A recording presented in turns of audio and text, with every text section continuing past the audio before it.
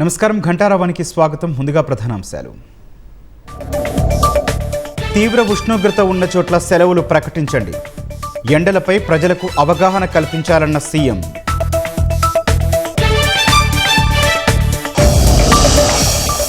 పచ్చదనం పెంపునకు 2.5 కోట్ల seed balls పంపిణీ చేయాలి. పచ్చని ఏపీ నిర్మాణమే లక్ష్యమన్న పవన్. అభినయ్ దర్శన్ వ్యవహారంపై హోంమంత్రి అనిత ఆగ్రహం.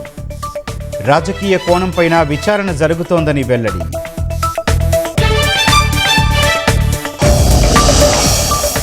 సాక్షులను బెదిరించిన కేసులో అనంతబాబుకు ఎదురు దెబ్బ. బెయిల్ ఇచ్చేందుకు రాజమహేంద్రవరం ప్రత్యేక కోర్టు నిరాకరణ. పహల్గాం దాడిపై ఎన్ఐఏ ఛార్జ్ షీట్లో సరికొత్త విషయాలు. దాడికి ముందు రోజు స్థానికుడి ఇంట్లో ఆశ్రయం పొందిన ఉగ్రవాదులు.